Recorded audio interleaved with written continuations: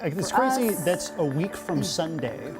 That's a week from Sunday. Wow, yeah. That really is. Yeah, so, it's the start of football season. It's the start of more opportunities at seeing rain showers, as we sort of transition into the warm summer, sunny summer days into more fall-like conditions. I wonder if you felt this too, because I felt like when I feel a breeze, it just feels like that change is coming. You can feel it in the air today. Yeah, you can even smell some of the rain showers. I woke up this morning over the south side. You could actually see some rain showers around, and yeah, there was a nice smell to the air.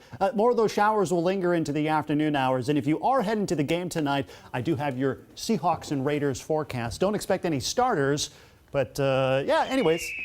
Thanks, Andy. Thank you. It's been a while since we've heard that. A few showers will be around and mostly cloudy conditions. Temperatures likely starting off in the lower 70s and then cooling into the mid 60s after the game. Kickoff, by the way, is at 7 o'clock tonight at the Clink. Here's a live shot right now. We have not seen any rain showers over the Seattle area or further north. You look further south, however, the skies do darken up at least a little bit. Right now, 72 degrees, and it's actually a little bit warmer further north where we've seen a little bit more sunshine this morning.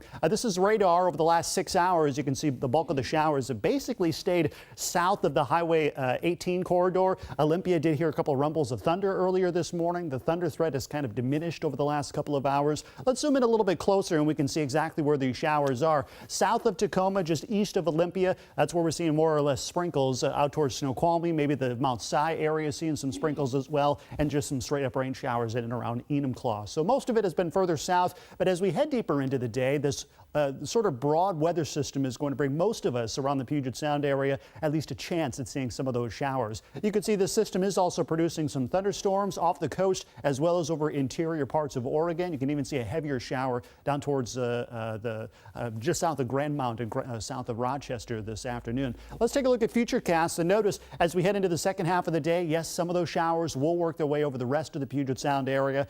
I think it'll be rather hit and miss, but again, just don't be surprised if you see a couple of stray showers as we head into the afternoon and this evening. As we head into the Friday morning hours, the marine layer is back. It'll probably be an overcast start to the day, maybe even some patchy areas of drizzle and a couple of stray showers left over up over the northwest interior as we start off the day. Now, we should clear out as the afternoon goes on, and the sooner we clear out on Friday, the warmer our temperatures will be. We have us in the mid to upper 70s tomorrow. If we clear out a little bit later, might have to dip that temperature down just a little bit. Currently outside right now, most of us hanging out in the 60s to mid 70s. You can see it's a little warmer further north where we've seen more sunshine. 72 in Everett right now, Arlington at 76 degrees, and high temperatures today with some partial sunshine, noticeably cooler than the last couple of days. Most of us still in the upper 70s and again a couple of low 80s over the north sound where it's a little more sun-filled. Here's your high temperatures the next 5 days, and notice we cool off back into the mid 70s for highs Saturday and Sunday. Labor Day actually looking pretty nice right now, 77 for your forecast high.